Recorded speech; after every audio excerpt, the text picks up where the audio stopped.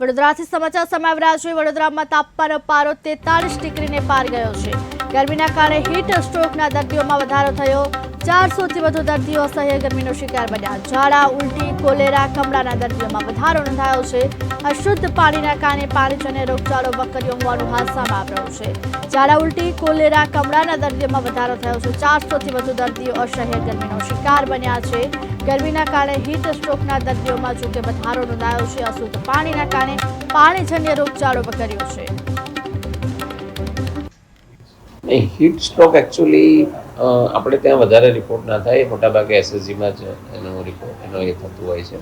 આપણે ત્યાં જે દર્દી આવે આ સિઝનમાં પર્ટિક્યુલરલી મે જૂન, જ્યારે ગરમીનું પ્રમાણ વધારે હોય અને ખુલ્લામાં લોકોનું ખાદ્ય પદાર્થ આરોગવાનું પ્રમાણ વધે, એમાં ખાસ કરીને પાણીપુરી છે, સોડા સિકંજી છે, લસ્સી, છાશ, આ બધી વસ્તુઓ પીવાથી જે એમાં અશુદ્ધ પાણી, બરફના ગોળા, આમાં જે અશુદ્ધ પાણી વપરાતું હોય એની સાફ સફાઈમાં કે એને બનાવવામાં, એ પાણી પીવાથી જે પાણીજન્ય રોગો થાય, જેવા કે ટાઇફોઇડ, કમળો, ઝાડા ઉલટી, આ રોગોનું પ્રમાણ આ સિઝનમાં વધે અને એવા કેસો આપણે ત્યાં વધારે પડતા રિપોર્ટ થાય આ સિઝનમાં।